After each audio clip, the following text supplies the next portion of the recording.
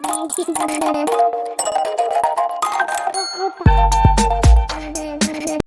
Everyone, इस video में बात कर लेते हैं SCI as an shipping corporation of India की क्विकली एनालिसिस देख लेते हैं। चैनल को लाइक एंड सब्सक्राइब करना मत भूलिएगा। तो एससीआई में आप देख रहे होगे तेजी पकड़ना शुरू कर दी है स्टॉक ने, और फाइनली जो मैंने कहा था कि 200 के अराउंड डेफिनेटली सपोर्ट लेगा, स्टॉक ने 200 के अराउंड यहाँ सपोर्ट लिया, क्योंकि वो एक सबसे बड़ा साइकोलॉजिकल लेवल है। इतने सडन अगर फॉल कभी आता है तो बड़े साइकोलॉजिकल लेवल्स टूटने में समय लगता है, वहाँ बायर्स एक्टिवनेस जरूर होती है।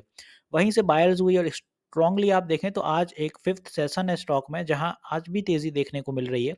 भले ही धीरे धीरे बढ़ रहा है स्टॉक, बट एक मोमेंटम बनता जा रहा है और एक सडन बाइंग अब बढ़ेगी, क्योंकि अब डेली टीएफ पे बुलिश जैसे ही होगा तो वॉल्यूम में इजाफा होगा और फिर स्टॉक तेजी के साथ 250 का आंकड़ा पार करके फिर एक बड़ी स्टेबिलिटी पकड़ेगा और ऊपर फिर 300 की दिशा के लिए जाएगा।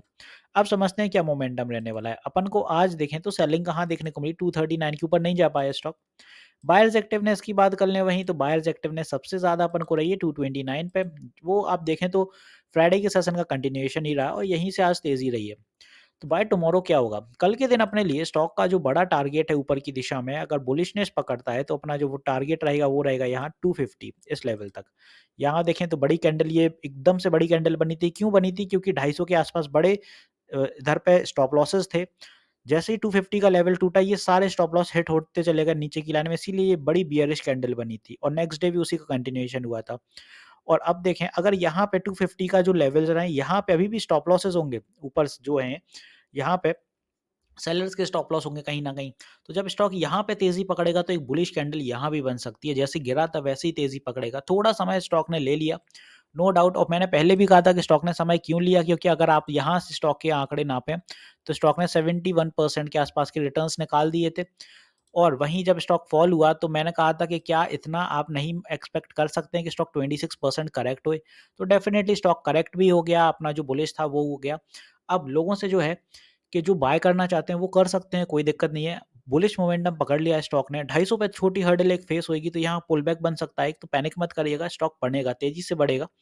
ये सस्टेन कर लेगा 250, तो फिर आप देखें तो 255 तक अपन को थोड़ी सेलिंग देखने को मिलेगी।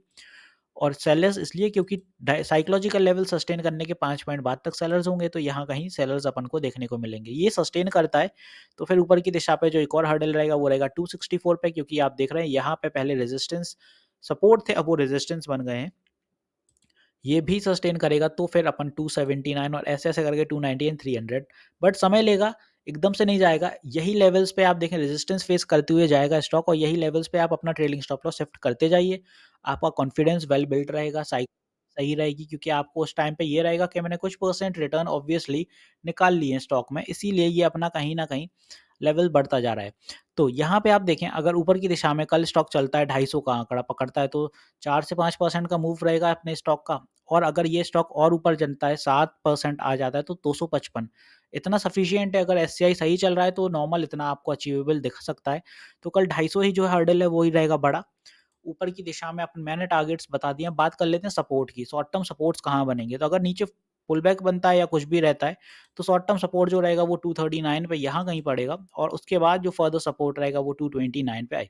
ये दो ही सपोर्ट लेके चल रहे हैं। अगर इसके बाद भी कोई पुल बैक बनता है तो 225 एक साइकोलॉजिकल लेवल है, तो ये 3 सपोर्ट हो गए अपने।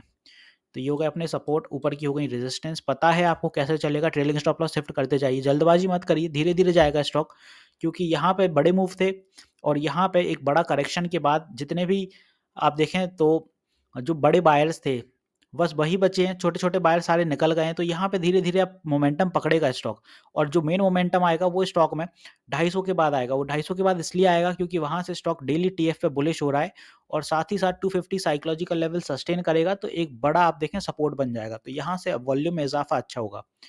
तो होपफुली अब सारी चीज़ें क्लियर कर दी हैं मैंने एससीआई में। वीडियो यहीं तक रखते हैं, मिलते हैं नेक्स्ट वीडियो में। This is me Shubham Yadav signing off.